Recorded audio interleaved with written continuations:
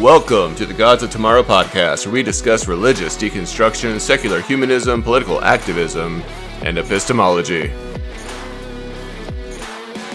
Together, we explore how to solve human problems with human solutions. We deconstruct, we activate, and then most importantly, we live our fucking lives.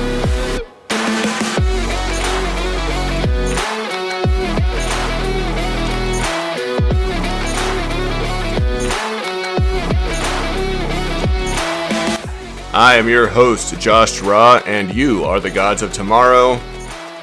All right. Let's do this shit.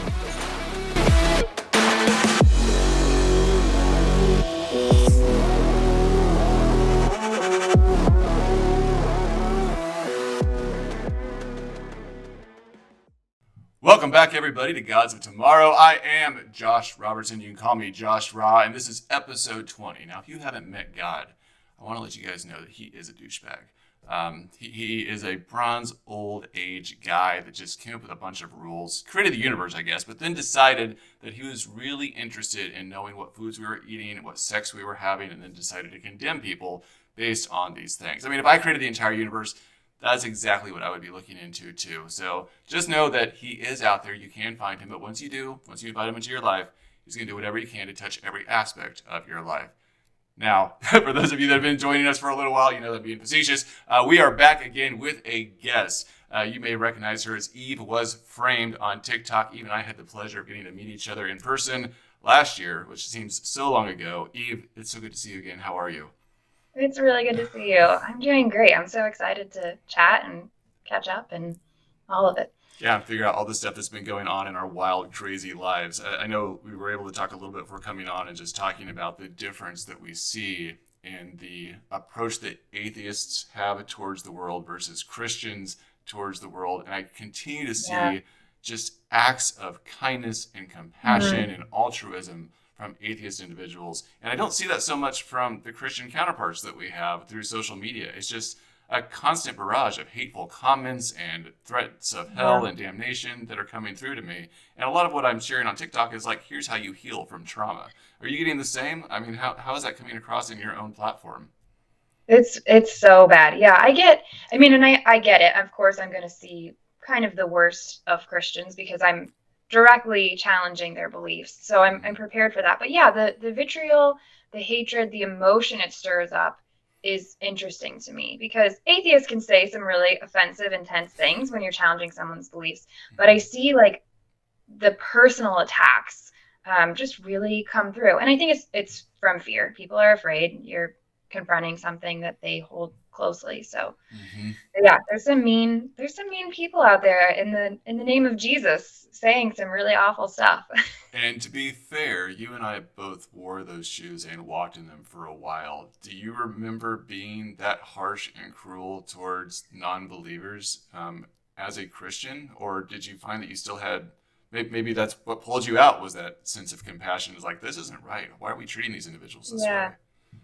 Yeah, no, I definitely would never have. I say this a lot. I would have thought a lot of the things that people think as far as, oh, she's wrong. She was never a real Christian, or she's not a real atheist, or whatever it is. But I never would have actually said those things. And I definitely wouldn't have said it in a mean way. And that was a big part of my turning and my beginning of questioning was the hypocrisy of how people were treating others versus what I had been taught we were supposed to do.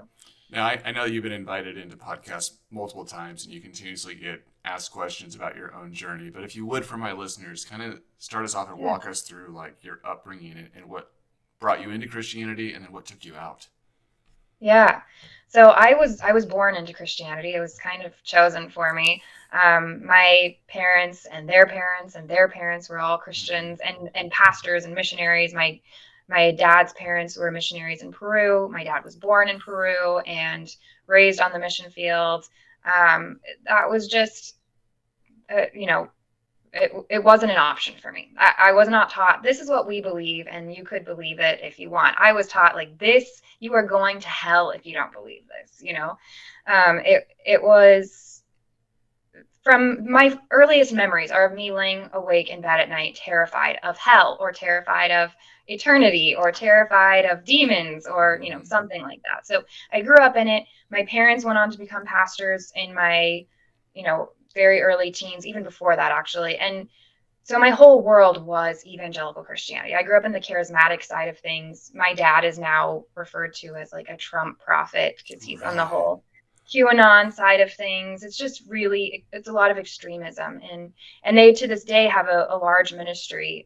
They don't have a church anymore, but they have a large ministry. All of my siblings work for them full time. It's a lot. So I grew up in that. I thought that was going to be my whole world forever. I ended up going to ministry school, though, when I was 25, 26. I don't know if you've heard of Bethel Church I in have. Reading. Yes. Yeah. So I went there because things had gotten to the point in my personal life, in my marriage and stuff like that, where I felt like I needed help from God. I had so much anxiety and depression, and I was like, I just need to get closer to God. I had already done all of the things, but I was like, I just need to give everything to God. And so going to ministry school seemed like the thing to do. Yeah. And I instantly got put on the worship team, and then I was leading worship for thousands of people every week, and it's a whole thing. And this is right around when Trump came on the scene. It's like that helped And your anxiety standing in front of thousands of people. No, right. I show up there like, hey, I really want to like work on myself and like go inward. And they're like, cool, we're going to put you on a stage. And I was like, I don't want to. And they're like, that's the humility of the Lord. That's why you should do it now. Basically like the opposite of what you're supposed to do with people who are having mental health issues. And then Trump, so it's just all this stuff happening, and I'm being spiritually abused. I'm having to lead worship services to pray and intercede for Donald Trump. I'm hearing my family go from being relatively progressive to like full on QAnon MAGA people. And I, instead of being like, fuck this, I was like, no, now I'm really going to connect with God because maybe his people are crazy, but he must be amazing and I've got to learn more about him. And so I started really studying the Bible like I never had before. I started looking into other religions because I wanted to find absolute evidence of my God. And long story short, I found out that there wasn't evidence of any God, nonetheless my God. And so for me, I was left in a position of complete disbelief. And I ended up walking away from my faith. I mean, I left kicking and screaming. I was trying to hold on to that belief. I didn't want to leave it. I had to give up my entire world, all of my friends, my family. I ended up packing a suitcase and I got a one-way flight to the other side of the country and never looked back. But I had to be honest with myself. So that's, in short, what I came from. But it was a big turning. So that's in short, and there's so much to unpack there. So going back to the beginning of your story of laying in bed and just being fearful of, hell and eternity and what it had to come for you. Do you remember what the teachings were at the church at the time that were kind of being thrust on you as a child, of like what was the images that were being shown or the stories that were being told that kind of led to that type of, I want to call it anxiety, just concern about your future that was already kind of seeded at a very, very young age? Yeah. Yeah. A lot of it didn't even come from my parents necessarily. They would try to answer my questions when I would come to them with that. But a lot of it was coming from my grandparents and from Sunday school or from my peers because everyone was a Christian around me. I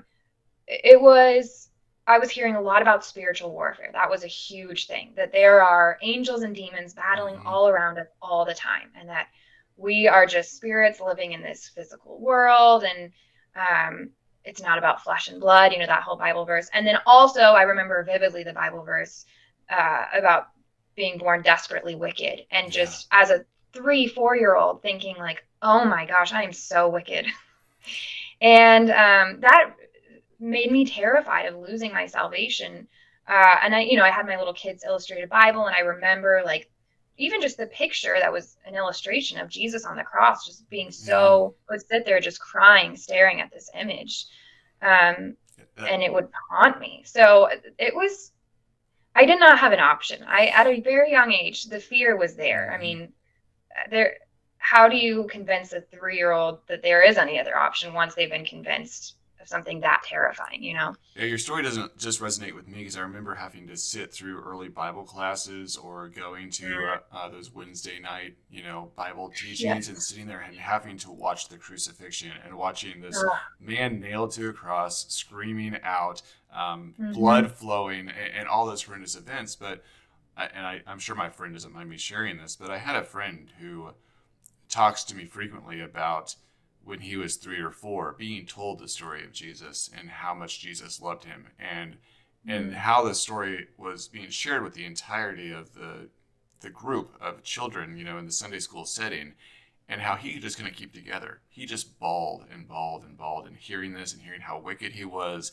and then going Wow. home and continuing to feel that sorrow and that pain from being told this Yeah. story at such a young age, to be told that you're terrible. Now, some children, maybe they just kind of brush it off and they're like, whatever, it doesn't really hit home. But for those that are really compassionate and imaginative and have a certain development in the way that their personality and temperament and their brain is constructed, that stuff causes long-term fear that kind of seeds itself again. I know I've used that word already, but it really does hold on to that element of the brain, and it comes into adulthood. Like, you start to see it manifest in mental health issues. Absolutely. And it's just fascinating to me that we continue to allow this to happen. I don't want to go on that soapbox on every one of my podcasts that I do, but god damn, get the kids out of the church. Stop taking them. Yeah. Yep. Yeah, it dysregulates your nervous system. I mean, my Mm-hmm. nervous system, I don't feel like has been fully regulated until the last couple of years. And that's Mm-hmm. after putting so much work into it. I was just living in a chronic state of fight or flight, which then set me up to be in abusive relationships. It set me up to be in church environments that were abusive. And Mm-hmm. I didn't recognize it because I was so conditioned to just live in fight or flight. Yeah, and to be honest, if you were to take any Christian parent and ask them to go place their child into another belief system, many that you've studied, and have them be Hmm. told the same types of stories with different gods and the same types of torturous things and told it was true, they would absolutely disallow that to occur with their child. Right. They would be like, "This is abusive. This is indoctrination. This isn't right," and they would still allow it to do it. So Yep. I did not know that your family was so involved in the church. Like, I think you mentioned it before, but not to that level. And being Yeah. raised in a place where essentially your family's in charge of a congregation, you guys are considered to be spiritual leaders. Can you talk a Hmm. little bit about this separation of your breaking away? And I know that might be a kind of a personal thing, but just like these are people you Yeah, love, no. that you care for, that you're now, I don't know how well your relationship is now, but just being disconnected and having to find your own path without that support. Yeah. Yeah, that was a big part of my journey. It's the part that's still in process, and will always be in process because it's relationships. But yeah, that was one of the number one things I think keeping me tied to my belief for a while is um, I couldn't imagine a world without being so close with my family. While we have wildly different beliefs and unfortunately now different values as well, um, they're very emotionally intelligent people. They have loved me well, and the worst things about them are the religious side of everything. Like, I love my family. I love their personalities. They're kind. They're fun. Um, I've got 3 amazing sisters and an older brother, and I love them so much, and my parents too. But so leaving that was a big deal, and I knew it was going to be humiliating to them in a way. That is, if nothing else, I knew it would make my father feel like his peers are maybe taking him less seriously. Like, oh, your oldest daughter can't even like stay in the faith. Mm-hmm. What's going on there? Um, so I was really worried about that because I had already been divorced before, and just that, even though I was staying very Christian, Yeah. just that was enough to like really disrupt things. And so this was next level. But I told my family, the way I told them is I wrote a letter, um, and or an email, and I sent it to them because I wanted there to be time and space for them to process before reacting. And I said, this is life or death at this point for me. Mm-hmm. I cannot stay alive living this lie. And I want to live, and I want to have joy and happiness in my life. And so I'm getting out of this. And I hope that you'll want to have a relationship with me anyways. But if you can't, I still am choosing my life at the end of the day. And they responded as well as I think they possibly could have. And they were there for me however they could be. There was some parts that were really hard as far as things that I found out were being said about me behind closed doors to fellow pastors. And of course that has to happen. You know, I'm under the influence of witchcraft and it's Satan, and someday I'm going to come back around and my story is going to be used by God, that kind of stuff, which I'm sure is still said, but I get it. They have to say that. And then we went through an even rockier period, especially when the insurrection was happening. Basically, it was before I started off on social media. My dad's social media, he had a very large following. And I would post little things on my private stuff that would then get posted on his public stuff. And they would say, well, his daughter doesn't seem to agree with this. And it caused some problems. And I could not handle it emotionally. And I couldn't handle the consequences of how that made my family feel. And so I said, I need no contact until I figure this out. And I got an amazing therapist. I took a year. And I got the tools that I needed to process having a relationship with them. And the last couple of years, I've been back in relationship with them. And I'm so thankful for that. My sister just had a baby, and I'm going up and visiting them all the time. And so now we're in a really great spot. Still wildly disagree with them on things, but I'm actually able to talk to them about it now or maintain boundaries. So. Long answer. No, that's a great answer too. I had somebody actually just ask me the other day, like, what is the first step of dealing with family and friends that, don't see things like I do, and how do I maintain this relationship and stay with them? And it's always so hard to help somebody else work through these very personal relationships that they have and give them advice that they can utilize without just feeling like their world is falling down around them. And the thing I always come back to is you have to set boundaries. Boundaries that you are unwilling to break. And there's oftentimes an ultimatum that comes with that boundary. Like, this is my boundary, and this is what we're going to talk about and what we're not going to talk about, or this is what you're allowed to do in my home or what you're not allowed to do, so on and so forth. And if they break that, there's got to be a consequence to it. And sometimes it's that ultimatum, like, I'm not going to talk to you guys for a while. I'm upset, and I got to process and step away. And that's really hard for people to do, especially when I genuinely think people are good people. Like, they're kind and they're caring and they want to have pro-social behaviors, engage with others. But, I mean, have you found that those boundaries were tested for a long time? Like, constantly trying to convert and pull back, and small invitations of like, why don't you just come with us on Sunday and go to church? Or why don't we just have, I'm coming over for dinner, but let's just have a quick prayer and be involved in that. And those types of things. Just like, I don't do this here. Yeah. I'm lucky in that I haven't had a lot of people trying to reconvert me and my family's, I went on the record so strongly in the beginning. I think that those boundaries were pretty clear. And like I said, my family is really emotionally healthy and tries to be respectful. So I haven't had to deal with that as much. And even with friends and stuff, I think my social media has made it so, I mean, they know what I'm going to say. So I think that's kind of been the bonus of people knowing. But I just have to concur with what you're saying. Boundaries are vital. That's why I can maintain relationship, is because I have boundaries and because my family follows them. And I respect theirs as well. If I'm at their house and they're all having Christmas together and I'm the only atheist that they want to say a prayer, I'm not going to have a bad attitude about it. Yeah. I'm going to be respectful. I'll look at the floor. And it's fine. I'm not going to go to church with them because I can choose to stay home. But I think it's like a mutual agreement to have respect for each other's boundaries, and that's what maintains the relationship. I find now that a lot of people in the like deconstruction ex-evangelical space are just like, to them a boundary is just like, I'm done with you forever. And I don't think that is necessary all the time. I understand it is a lot of times for somebody's safety and mental health, but I think we're so quick to go that direction instead of keeping what relationship we can. And that's where we see progress in society, is when people that have very opposing beliefs maintain conversation.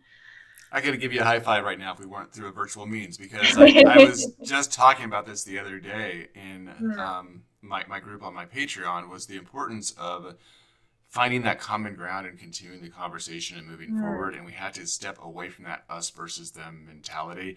As much as I know that sometimes I put on that hat and I'm like, fuck them. Like we're not doing this anymore. And this is stupid. And this is ridiculous. And I'm tired of entertaining this like delusion.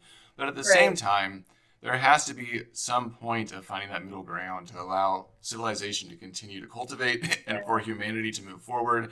And this is a huge portion of our population. In fact, I just posted a video on TikTok before we came on to record that talks about the importance of forgiveness and the steps in forgiving, and how we have to first recognize our own emotions and validate those. Then we have to show empathy towards the people and the organizations that have hurt us, kind of put ourselves in their shoes. Not that we're condoning it, not that we're saying continue doing this, but just saying, I recognize that you're human and you've gone through your own stuff. And there's also a point of it that you're indoctrinated and you don't know any better. And I get that. Like, I just can't argue with you because I can't convince you otherwise. And then the point of not holding resentment and just being able to step back and saying, it's not worth my time to continue to live in the past and be angry with you about something that I cannot change. It may mean that I have a boundary and I don't engage with you anymore. Maybe that I have a boundary so I don't allow this to occur in my life with you anymore. But once you have that level of forgiveness, you can move on and grow and find that happiness that you're looking for. And I got pushback, like immediately, comments pushing back saying, I don't know that I like this message. But how else are we going to move forward? Right. Yeah. And I get it. I get the discomfort in that conversation because I've struggled with it. I'm only just now reaching that phase where I'm in total agreement. And it's a position of privilege for me to be able to even do that so easily. And I recognize that. But I think when we can, when it isn't harming ourselves, when we do have the emotional skill and tools to do that, we should strive for that if we actually want to see change. Because I'm thinking, like, how do we actually fight Christian nationalism? How do we actually fight indoctrination that's occurred in people since they were a young child? Intellect alone is not going to win. Like, we can't just like check off facts and say, well, we're right, so we win. I mean, we have to, at the end of the day, recognize the humanity and the person across from us, as long as they're willing to show up with that humanity. And as it's so cliche, but we do have to look at how to build some bridges. I don't want to build bridges with bigots, with Nazis, with racists, or anybody like that. But I want to build bridges with those that have maybe been indoctrinated and led to believe things that can easily be swayed if given the chance to converse about it. Yeah, I had somebody the other day comment on one of my YouTube videos, and they were like, you can't just keep saying all Christians. You can't just keep saying all Christians. I'm like, you know what? You call out the Christians that are those bigots and those racists and that are doing hateful things and saying hateful things. I saw Matt was it Dillahunty, speaking the other day about, he's like called some guy a jackass on his call because he's like, you can't come on here and tell me slavery's okay and it's okay to own people. Like, you're a jackass. Fuck you. And he hung up on him. But it's like, until Christians step out and call out those that are really pressing those boundaries that shouldn't be pressing them, they're part of the problem. I keep lumping them up. It's like, you're still part of the problem. But because I don't have a problem with you being Christian. I don't have a problem with you having your belief system. I'm in full support of having a spiritual path that works for you. But you have to keep it out of our schools and out of our politics and out of our communities and stop making it a public mandate and just allow it to be your private practice. Yep. Yeah, I'm all in favor of generalizing when it comes to, like, for communication's sake, especially, we have to generalize to discuss these issues. And then on an individual basis, like, I am not saying the hot takes that I say on my TikTok to an actual person sitting in front of me. That, to me, that's not how you handle that. I'm absolutely blasting it out there to, like, plant some seeds and hopefully spark some critical thinking. But I think how we handle individual relationships and then how we handle mass conversation has to be different. We have to have different plans, and the plan with a human should just be to, like, acknowledge the human. Yeah, that is so well said. Now, I would like to talk a little bit about your healing journey and therapy if you are comfortable in doing that. But before we step into that, because I imagine it was part of the healing journey, I would like to shift gears and talk about purity culture that has existed within your charismatic church and what that looks like. And I shared with you before we came into this, I'm ignorant of this. This did not exist in my Methodist Baptist upbringing in the Midwest. I mean, there was, of course, the idea of, like, save yourself for marriage, don't have sex before marriage, and then you'll just be a sex machine when you get into it. You'll know all the things. But outside of, like, that concept and it being a sin, or that even thinking about, sex was a sin, there wasn't, like, purity contracts. There wasn't, like, purity rings. There wasn't this separation between what was expected out of men and what was expected out of women. So kind of talk to me as though I know nothing and tell me, like, how is this taught to youth? How does it start off? for those that are coming into the church? Yeah, for me, the way, because it's, it varies from church to church, but for me, the way it was handled, um, there was two primary influences externally, which would be Joshua Harris, and he wrote this book called I Kissed Dating Goodbye. And I think he was like 20 years old or something when he put this book out. At the time, obviously, I was like 11 or 12 reading this, so I didn't realize how young he was. But the whole book, the concept of it was about courting and how you don't date. You like pray and ask God to show you who the one is, and then you enter a courtship, make sure everybody thinks it's a good idea, and then you marry them. And you definitely are not like kissing, holding hands. You come up with some kind of contract of what is okay. And it's heavy on the goal in life is to find a partner and get married, and as young as possible, because you want to have sex, so let's get you married off, kind of thing. Okay. And then the other influence, I was reading that book. I had the poster of the cover of the book on my wall at like 12 years old. And then Rebecca St. James, she was a Christian artist that I grew up listening to, and she had this whole thing. She had a song called Wait for Me, and her whole thing was about how she's waiting on her future husband, and she was making it cool and trendy and, high emphasis on sexual purity. And on not even like having a crush on somebody. Like, you just don't awaken love before it's time, is the Bible verse. And you keep your heart guarded and all of this. So those two influences, even without my parents or anything, that was enough. I was sucked in, and I was like, I bought it. And I was so ashamed if I ever had a crush on somebody. I kept it a big secret, or I'd share it with my one best friend, no dating, no kissing, no hand holding, none of that. It was also reinforced. I grew up mostly having male friends, and their moms usually at some point or another would end up shaming me for something. I remember being 12, going to a pool party and being asked to wear a large t-shirt over my one-piece bathing suit when I'm like, haven't even gone through puberty yet. And I remember being so embarrassed and mortified that I would even be asked to do that. So just learning at a young age that I was being sexualized already, that it was my responsibility to protect men and boys from my body at 12 years old. It was a lot. And then the only sex talk I got was before a Rebecca St. James concert. My mom sat me down, had some book, and like gave me a little talk. But there was no talk about female pleasure at all. Really, pleasure in general was not talked about. It was very like, this is what happens and this is what you do. And so sex to me was just like this very weird thing that I should stay away from until time to get married. And then you better be like a freaking porn star and satisfy your husband, because that is your one role in life. Satisfy your husband and have babies. Right.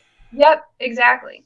And not to interrupt, but in this, no. I am concerned about the disconnection to the physical body in doing that. Yeah. You're constantly kind of in this state of like trying to be spiritually pure and trying to be physically pure, and disallowing yourself to have certain thoughts, have certain experiences. Like, does it make you feel like you're like, this isn't even really me? I don't even know how to word it. Okay. Yeah, I felt like I disassociated most of my childhood and teen years, and it's still a coping mechanism that I am actively working on.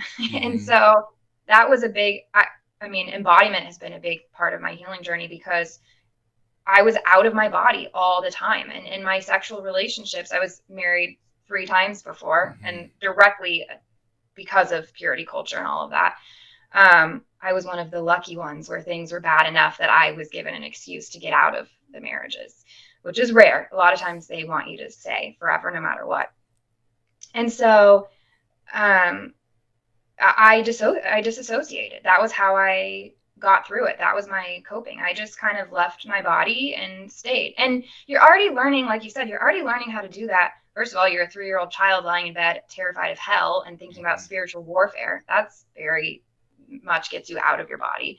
Not a lot of groundedness there. Yeah. And then you're in worship services where you're like taught that you should be feeling something in these charismatic worship services. So you're trying to get out of your head all the time. And you're trying to just be away. And it's yeah, it's the opposite of being grounded or being in your body. And that's been a massive part of healing for me, is accepting pleasure. And I don't just mean sexual. In fact, I primarily mean just like pleasure of living in life and Yeah. taking in present moments exactly as they are. I was taught to reject those because they're not important. Like the eternity in heaven is important. Well, and that's what I was aiming at too, which I don't want listeners to think that we're being like, oh, this purity culture has caused this disconnect between body and mind. And if you're not masturbating and you're not having early Right. premarital sex, then you're not going to really understand who you are.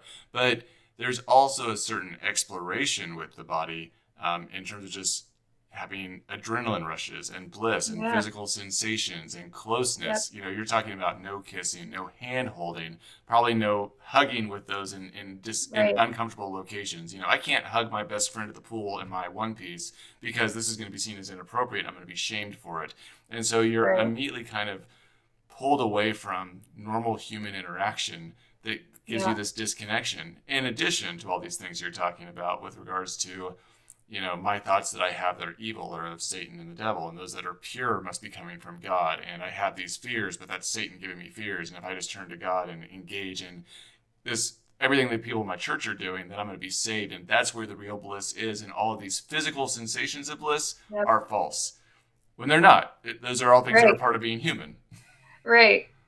Oh, absolutely. Yeah. It's just like the demonization of everything that makes us enjoy the here and Mm-hmm. now. And, learning that I had vilified that part of my life was a big step in me starting to ask more questions and starting to deconstruct everything. And um, I think that's part of the work that I'll just be doing forever. But it's also the most fun work for me now. Like I feel like a kid Mm-hmm. anytime I get to experience something joyful that I never like. I hate scary things, but going to a haunted house with my friends for the first time, I was like, oh, "This is so Yeah. cool!" Like I never would have, and it makes you very present. And I just enjoyed all these little silly things that much more because I was constantly, like you said, rejecting them and trying to focus on the spiritual and focus on Mm-hmm. something other than myself.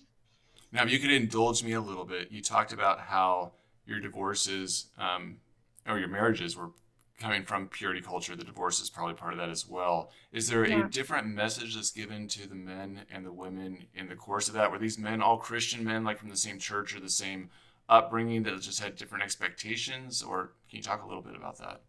Yeah, mostly. I mean, the primary message, and this was reflected the most in my first marriage at 19 years old, which is crazy to me. I look back at night, I'm like, my brain wasn't fully developed. So, I mean, you look at my wedding photos, I'm a child. Yeah.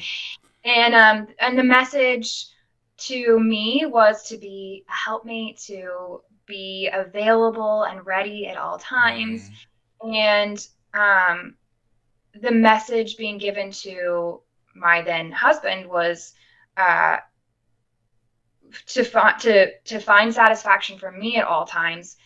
And then if he's not, it's probably something I'm not doing right, and that needs to be communicated. And so Mm-hmm. that's really shaming too, because then you're 19, you've never kissed anybody in your life, but now it's your fault if you're not like fulfilling every Yeah. sexual urge, and that's where marital coercion comes in. That's another awful side. Most of my friends that grew up like that, um, really, it's just like a nice way of saying rape, but marital coercion, I think, is good because there is the fawn response, and I don't know how much we can blame the other party when there is a fawn response happening. But either way, the general culture, the general purity culture, is that women have to protect themselves from men until they're married, and then it's like now you give everything. Yeah. Now you're the object of the man who has finally Right. won his And prize.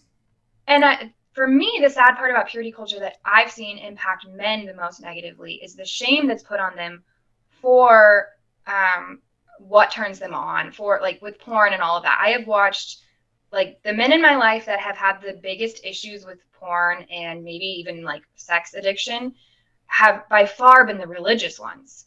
The other Mm-hmm. guys have been so normal and have really healthy, normal sexual uh, urges and sexual boundaries life. and Yeah. exploration. Yeah, yeah. Yeah, because it's not been this crazy weird thing. So they don't have this obsessive thing over it. Whereas the other guys, it was almost like the more Mm-hmm. it wasn't allowed, the more urges there were and the more shame there was, because then they kept it a secret, and then it turns into this cycle, and then it turns to a hidden thing, and then they're trying to go meet people, and it's just that side of purity culture gets weird. It Yeah. gets dark and it gets weird real fast. So if you guys are listening right now, there's so many important messages in what Eve is talking about that I think needs to be pulled out of this conversation. One, if you have a teen or an adolescent or a young preteen and you haven't had a good conversation with them about adolescent sexual health, have those conversations, open the doors, keep the doors open, continue having those conversations all the way through their teenage years. And if you aren't sure about what to say, do some research, do some study, and read some books. Educate yourself about what's normal and not normal in the whole realm of adolescence. Two, don't get married before the age of 26 or 27. Wait until your brain is fully developed. It's so necessary to recognize that you are going to continue to grow and your brain is going to continue to develop up until your mid-20s. And if you are, even if you're dating somebody at 19, 20 years old, you at 20 and them at 20 are going to be completely different people at 26. You should still wait until a time where your brain is fully developed before you make that decision. And third, marital coercion or rape does exist. You can force your spouse in a relationship into a sexual engagement that they are not willing to engage in, and consent is still important even when you're married. I get so frustrated even working, and I'm not going to go into a whole bit, but working for the military, I would have military men tell me they can't rape their wives. They're like, that's not possible. She's my wife. I can do what I want. And I'm like, I could strangle you. Like, that is so it's so damning. I can't believe that people still hold that belief in this century. I believe that was part of what you're taught, basically. I mean, that's one of your primary roles as a wife is to be available. So consent isn't even, I didn't even know what consent was. So that's why I use the term marital coercion, because I'm not trying to make claims against people, but it is important to acknowledge what it is at the end of the day. And when consent isn't even taught, then people can't, my exes couldn't have had a healthy sexual relationship with me because I wasn't taught that consent could even be a thing. And that is so common, but it causes the same damage either way. And I don't want to give them allowance, but I do believe some of what you've shared too is that men that are raised in that culture are also given a script that they follow, that they believe is true, and don't recognize what they're doing is violating the boundaries of somebody else. They see it as being normal and something to do. But again, sexual congress requires consent. It doesn't matter if you're married or not. That's agreed. Thank you for summarizing all of that so well with all my just rant. Oh, you're doing fabulous. You're doing fabulous. I'm just trying to make sure that I'm understanding well too. All right, so let's shift it back again to the healing in therapy and what that process looked like, because I've been working now with so many individuals that are deconstructing or deconverting, some that are reconstructing their faith and trying to find out what they believe. Some of them have spiritual elements in that. Some of them are moving towards atheism in that. But what was your process like in tearing all this down and then trying to build yourself back up into your current form? Yeah. For me, I mean, like I said, it was kind of an overnight shift in belief, from belief to disbelief. And I'm kind of that sort of person. It'll take me years to process something. And then once I process it, it all just clicks. And then I refuse to live any other way other than exactly in the truth. And truth was that I didn't believe anymore. So I already dropped that belief pretty quickly. I didn't really have to go through, I hear from a lot of people that they stop believing, but they're like still afraid of hell or things like that. And fortunately, I can't really relate to that because I let go of that belief pretty quickly. I mean, I had that fear for all those years leading up to it, but once I moved on, I moved on. But for me, what it looked like is I knew I wasn't believing anymore, but I so badly wanted to believe that there was something. And so I held on for maybe, I don't know, 6 months to a year, this idea of the universe. Can I just call the universe God? Can I just say that science is God? Can I put some pretty words to it? And a lot of that was I had never been allowed to go to a metaphysical shop, or I was taught that tarot cards would bring demons into my house. And I really wanted to experiment with that and be like, now that I don't believe this. Mm-hmm. So I had so much fun going and buying crystals and tarot cards. And it was also very trendy at the time, Mm-hmm. too. I guess it still is. And so I got all the things and I tried all the things. And I think that's great. I think if somebody wants to explore that side Yeah, of things, it's do fun. it, get it out of your system. And for me, like that was, I didn't find, Mm-hmm. um, I didn't find what I was looking for in that. And I know some people do and they settle there, and I think that's great. I don't think that's the majority of the time. Anything can be harmful, but the majority of the time, I don't see that being a harmful spiritual side of things. Mm-hmm. But for me, I was like, I'm really just trying to make something happen here that's not happening for me. I don't actually want to sit here and meditate with these crystals. I'm Mm-hmm. boring myself right now. And so I moved on from there. And the atheist experience, that show, was a big part of Mm-hmm. me kind of locking in with what I believed and what I didn't believe, and how to word that. It introduced me to a lot of amazing uh, thinkers. Mm-hmm. That was a big part of it. And then getting a therapist was another big step in, not even, my therapist actually is a Christian, but a very professional therapist, so that doesn't interfere with anything. But just learning, like, to get back in touch with my emotions and my body and all of that. That was the next big step for me. We do EMDR. That's been really, really Mm-hmm. helpful for me. And family systems, where you go in and you get to befriend parts of yourself that you'd shut off and Mm-hmm. or vilified or whatever. And that's been really cool, because I think a huge part of religion is shaming massive parts of yourself and shutting them out. When I learn now, I can embrace them. Yeah, it's just part of being human, is embracing that good and the bad. I really like in your story that there's so many positives. There's so much silver lining to it, from your family having emotional intelligence and responding to you in a positive way and wanting to maintain those relationships, finding a Yeah. Christian therapist that is maintaining professionalism. I have so many people that come and tell me that they have a therapist that's pushing their own religious beliefs on them and trying to pull them into churches and using their own spirituality as a guide. That frustrates me to all ends as a therapist myself. Yeah. But knowing that, like, you have found a nice safety net of connection and support, um, that is continue to help lift you up and help you better find, like, your true sense of identity and who you are and what you Yeah. love, without really judgment attached to it, just nonstop every single day. Yeah. Yeah. I mean, community, I think, is also a massive one that I didn't list in there, which uh, I honestly found mostly through speaking out online. Mm-hmm. Dave Warnock is one that's been a Yeah, I love huge, Dave. I call him, yeah, He texts me all the time. he's just the best. I call him my atheist dad. It's hilarious because he actually looks so much like my dad, and him and my parents hung out and all got along and had the best time ever. So Dave is amazing. I've gotten to meet so many people through him, and then through other places, and I met you guys. Mm-hmm. So that has been massive, and I understand that that is a really difficult thing for some people, is to find community and find people. I'm lucky in that I'm extroverted, and I think that that has really helped me. But that's my advice to people, is like, put yourself out there. You have to seek out these friendships and these relationships. You have to follow through. You have to go. It's almost like dating, but to find just Mm-hmm. community. Yeah. And church doesn't teach you that. It tells you, here you are in this, literal place, and everybody in here is now your friends and family Yeah. because you believe the same thing. That's it.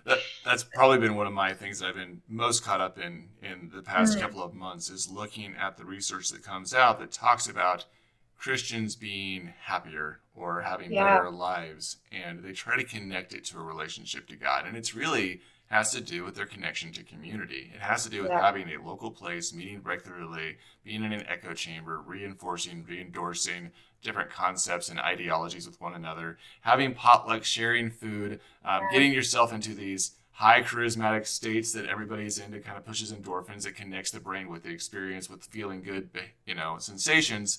And atheists don't have that. Like, we don't have a church we go to every Sunday, or a place that we always go and converse and communicate yeah, with. And I think that gives them a sense of loneliness and separation that sometimes makes them score lower on those tests and those scales. that it's Yep. not due to God. God is not part of the equation. It's not part of the problem. Right. It has to do with being around people regularly and connecting with them. Yeah. Yep.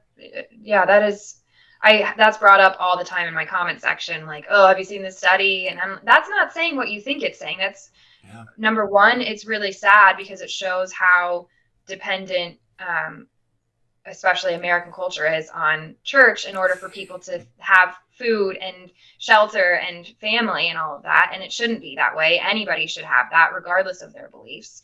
Mm-hmm. And it shows, there's with the whole LGBTQ plus community, they are literally kicked out of their homes Mm-hmm. oftentimes. So of course they're not going to be as happy as the Christians who have, like you said, the echo chamber. Yeah. And we need to see that switched. I do think that is something. I know it's weird to say the atheist community because there's not a lot, like, it's not like we agree on all these things. All we have in common is that we don't believe there's a God. But that is something secular community could Mm-hmm. really improve upon. And we've been saying that for forever is finding ways to connect and be there for our fellow humans on a relational, like, meal train when somebody is sick or has a baby kind of way. We don't have that right now. Yeah, and if we could really take the time to sit down and identify all those different pieces that do allow people to feel connected and give them a Right. safe space to heal, you're going to Mm-hmm. see happiness across the line for all humans Yep. increase. I keep thinking about what you say about the LGBTQIA community and how much I hear Christians talk about them being demonized or infested by demons, and you can Yeah. tell because of how unhappy they are and their struggles. And it's like, it's because you motherfuckers are not supporting them. Like, you're kicking Right. them out. Like, you're giving them nothing. If you were just to support them and love them and care for them, like your book tells you to, they'd be Yep. fine. Yeah. Yeah. I mean, you call somebody demonized and then you're like, they act crazy. Like, I'm sorry. Self-fulfilling prophecy. I mean, it's heartbreaking. And you see now, like, the right-wing extremists, that's what their big thing that they're going after right now is the trans community. Yeah. Let's not worry about if people are eating and like Mm-hmm. have jobs and are clothes and all of that. Let's just attack this one fringe community that already is not supported enough in general. It's very frustrating and it's sad, and it shows how weak their arguments are, that they have to go after Mm-hmm. those that need to be protected most. Yeah. At some point, we all need to come together as a species and recognize that we're all human and Yeah. just support those that are human and stop trying to create these divides. And I am not confident that I will live long enough to see it, but I hope that Yeah. I can at least take the right steps to get us closer there for future generations. Yeah. So, Yeah. Eve, go ahead. Well, I was just going to finish up and say, I think one of the sad things too is evangelicalism kind of teaches to, like, that you shouldn't embrace your humanity. It's very anti-human, and I think that's a big part of the disconnect. There is, we have people like us that are like embracing our inner humanity, and we're like, human used to be a bad word to me. I thought that was bad. Like, you don't want to embrace your humanness, and so that's part of that thought process we have to challenge. Yeah, absolutely. I was actually just going to open it up and say, is there any primary messages that you want to share today for your group? I know you talk on a lot of different subjects through your TikTok and explore a lot of different areas, but is there a primary message that you want to give to viewers or any final words for them? I think my main thing right now that I just want to keep hitting on is Christian nationalism and how pervasive it is and how it honestly does scare and concern me. I grew up, that was the other part of my family, is the Geminism, that whole theology was how I grew up, Seven Mountain Message. And I know that there have been kids, like when I was a kid, that were indoctrinated to pull this off and to take over the government and the entertainment industry and all of that. And they're really trying. And they're a fringe group, they're extremists, but they are organized, and they've been organized for years and years and years. For those that have seen Jesus Camp, you'll see it there. I mean, Roe v. Wade got overturned. That should be a really big wake-up call to us. So I think my main message right now is to come on strong against Christian nationalism. And I don't care if you are a Christian. I don't care if you're whatever your beliefs are. If you can agree with me on that, then you are a friend. You are an ally, and that is something that we should be actively working on. And I will build whatever bridges I can with people that are willing to fight Christian nationalism. So I want to encourage others to do the same. And I will say that there are plenty of Christians that are against Christo-fascism. Yeah. I mean, they are constantly fighting against that alongside with secularists and trying to make sure that that does not become a reality. Those of you that are not familiar with the Seven Mountain, I don't know the full thing. Is it Seven Mountain? Seven Mountain Message, Seven Mountain Mandate. There's all kinds of, but it is about them essentially infiltrating every area of government, society, culture, finances, etc., to make sure that they are managing those and running those from behind the scenes. And there's been a strategy that has been put together from conservative standpoints for at least the last 70 years, if not longer, that has been well executed and putting them into positions of power to have control over all those different dynamic pieces of what our country is. And that's what you're talking about. I know that maybe not everybody's been educated in that, but it is a very, very real thing. Yeah, it's how Trump got elected, and it's how the Supreme Court is compromised now. It's a scary thing, and it's not something to be taken lightly, I think. Okay, we're going to have to bring you back on so we can probably explore that again another time. But if you would, let people know where they can connect with you, how can they learn more about all of this, and I guess get more of your message. Yeah, so I'm on TikTok. It's Eve_was_framed, and it's the same over on Instagram and on Twitter, although I'm really not so great at tweeting. It's a little scary over there to me. But TikTok and Instagram are the main places. I try to do lives and answer questions and all of that over there. So that's the best place to come hang out and learn more. All right. I appreciate it, Eve. Thank you again so much for joining me today. And thank all of you for coming back again on Gods of Tomorrow and sitting down and having a chat. Just a reminder that our Discord community is now open. We have channels and forums for everything that comes down to deconstruction as well as healing from religious trauma. The community is growing there strong and fast. There's, of course, also my Patreon that you can come into. We meet every month and have secret conversations where the Christians can't hear us to talk about your own deconstruction and your healing. And I've now opened up my own life coaching practice as well, where you can come on there and I will help you work through your own religious deconstruction, or if there's other issues that you were looking at. But for now, please head out of here, get out of here, go do your own thing, go live your best life, go be the best version of yourself that you possibly can be. And as always, do what the fuck you will.